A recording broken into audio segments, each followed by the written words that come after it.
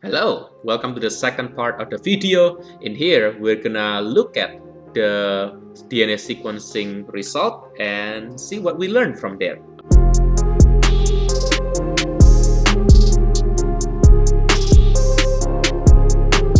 Here, what you see in front of you are the result of DNA sequencing. We are using the DNA Subway platform. You can actually go there yourself. You can use as a guest, or you can make an account, and that way you get to keep your workflow, and you can open it in any computer you want. I'm gonna put the link to DNA Subway in the description below, so if you want, check them out. Okay, so here are examples of DNA sequencing result. Let's just pick one. Okay, let me pick, I don't know, maybe 38B. Let's just pick the 38B, right? So here you can look at the trace, and the trace is very important because this will be able to tell you, or by looking at this trace file, you can see how good your sequencing result is, and therefore how confident are you in terms of the result that you're looking at. So let's just take a look at one of them here. So this is the sequence file, the trace file, that is. So in each individual peak over here represent one type of nucleotide base. Okay, so you can adjust the x-axis and the y-axis to make it looks better, whichever you prefer, something like this. So yes, so in here, let me just space it out. So the green one here, it represent the nucleotide base A, and then the black one represent the nucleotide base G, and then the blue one represent the nucleotide base C, and of course the red one represent the nucleotide base T. So that's basically what you see over here, and here's the relative position between one another. Okay, so what you see another thing you see from here is this so-called quality score right there. So and then essentially, I'm not gonna go through what quality score is or how do you actually calculate that, but essentially this is the score that tells you whether or not the sequence that come out from the sequencing machine is reliable. Okay, so the higher the quality score, the better it is, and therefore you can trust the result more. Okay, so in here, what's good about DNA Subway system is that they actually give you the threshold. Here you can just this question mark, you can click the bar, the peak quality score of each nucleotide, and anything that's above quality score 20, that's actually pretty good. Okay, so basically that little bar over here represent the quality score of 20. Anything below that quality score of 20, you may want to be a little bit careful in interpreting them, whether or not it's real or it's just noises. Okay, so that's essentially what it is, and they call it out, right? So this one's quality score of 10, so you may want to be a little bit skeptic on how whether or not it's real, okay, or it's just a noise, right? So but other than that, anything that goes above the line, that's usually pretty good. And you can see if you can see from the trace here, right, it's actually quite separate peak compared to the other, right? Whereas this one, the C over here, the blue one, so you can see the peak somewhat overlap with the green one and the black one over here. So it's a little bit questionable, therefore the quality score is a little lower. Okay, so all right, but essentially here, what the pattern that you expect to see from here is that usually at the beginning of the sequencing of the DNA sequencing result, typically it's a little bit noisy, right? There are a lot of peaks all over the place. Some are a lot more than the other, and usually the algorithm cannot really decide what nucleotide are we looking at. That's why they give a bunch of n.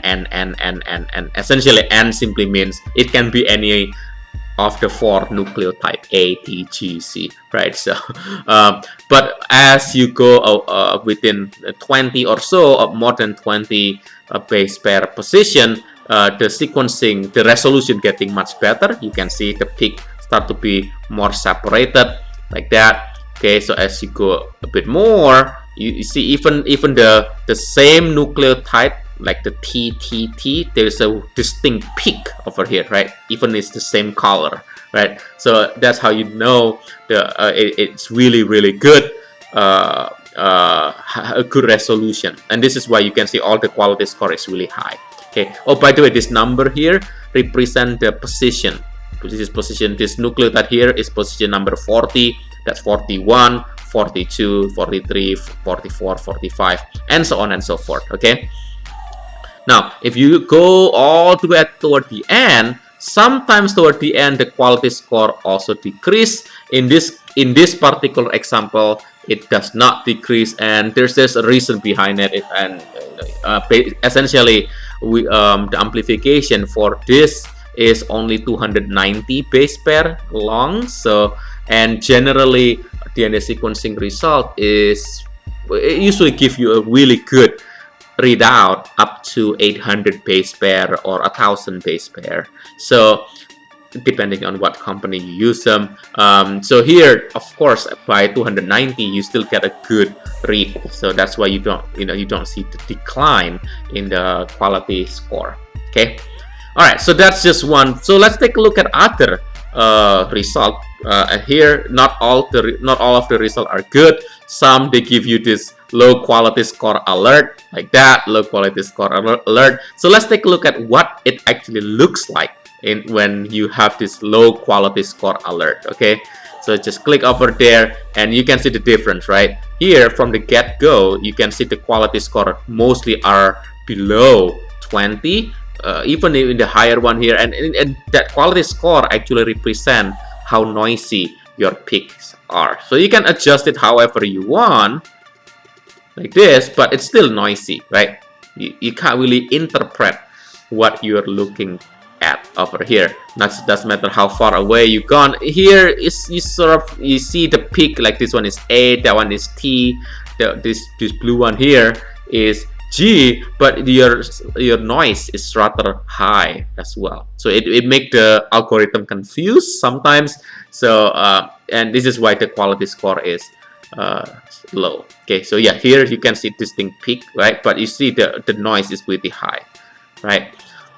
What causes this noise? Possibly because the amplification when you do the PCR originally, it was not ideal. Sometimes you get a secondary band, right? I showed you the band in part 1 where you have the lower molecular weight band, and that may also get sequenced together, and as a result in the sequencing in this trace you have two different readout, two different base or something like that. So that's definitely possible. That can explain why you see such a noisy result over here.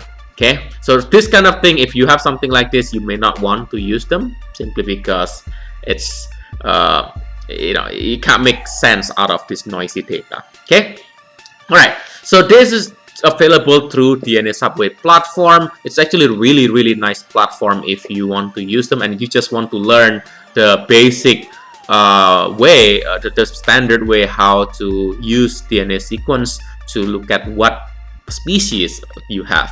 So I strongly recommend you to go through it. If you can actually download this, let me just quickly show you what DNA Subway look like. It's really nice platform. You have different line over here, the red line, yellow line, blue line. For this kind of simple DNA barcoding, we use the blue line. If you want, I can certainly make a video about blue line if you are interested, but essentially you can just follow the workthrough, look at your sequence, trim them, you perform the pair builder, looking at generating the consensus sequence, and then you perform this sequence alignment, you upload the data, doing some multiple sequence alignment, and build the phylogenetic tree. So you can do that in one shot. Actually, it's less than a few hours. You just need a few hours to complete, maybe just 1 hour actually, to complete the entire process. Very, very, very powerful platform. I highly recommend you to use them. But for now, because we want to do slight modification, therefore I do like to download my sequence. So you can just download any sequence you want by clicking this green arrow, bottom arrow here. So I do happen to already download one, and when you download this file, it usually come out in the what's so-called AB1 file. Okay, so that's the typical DNA sequencing file. Let me show you what it looks like. Alright, so here I happen to have one file that I want to show you, which is the result for the Staphylococcus epidermidis, or so we thought, Staphylococcus epidermidis. So here is just the sequence file. You can actually open it up using this other sequence analysis software. There are several out there. What I like to use is this so-called SnapGene viewer. That's the free version. You can download it. I put the link in the description below. No, I'm not getting any commission for this. I'm not sponsored by anyone. This is just one of those freely available tools out there that you can use to help you with your research. So here, this is the sequence result for the Staphylococcus, or what we think Staphylococcus epidermidis. Right there, again, the beginning is a little bit noisy. Toward the end, it's getting better. It's really nice resolution. See, it's C. You can see the blue peak is, stand alone. You have G, and so on and so forth. Okay. Now, in order for us to do sequencing, in order for us to do DNA sequence alignment, you need to get the letter, essentially the sequence as letter. I typically like to use Microsoft Word to compile my sequence. Now, how are you going to convert this AB1 file into sort of the file that you can analyze? Well, in here you can actually just highlight everything that you want, just like this. Just highlight everything. I just click on one space and then I just do Control A, so it just highlight everything, and you can go to edit and just copy paste. So this one, just like copy and paste in Microsoft Word, this is exactly the same function. Again, you highlight everything and then you copy paste. Now you can open any of your text editor. I just happen to like Microsoft Word right here, so you just put it right there, put the sequence right there. There you go. Now what you see over here, there are a lot of ends, right? That's typically at the beginning and at the end, something that I don't really like when performing sequence alignment. So what we want to do typically is this so-called sequence trimming, right? Which is a function that's also available in the DNA Subway. See, here's the sequence trimmer. So here it's just automated. But what does that actually mean? Well, it simply means you're getting rid of the ends, essentially. We don't want ends, not ends insect, but ends. Here the ends over there. So how do we determine which end can we eliminate and which one we cannot eliminate? Well, just look at the trace file. So for example, in here, right?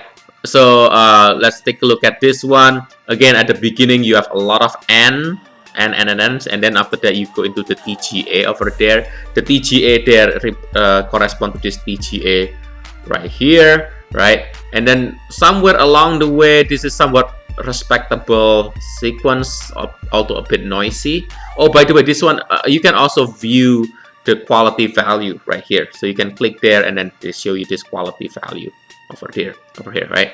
So here actually is pretty decent until you get to this, and there's one end over here with a very low quality value.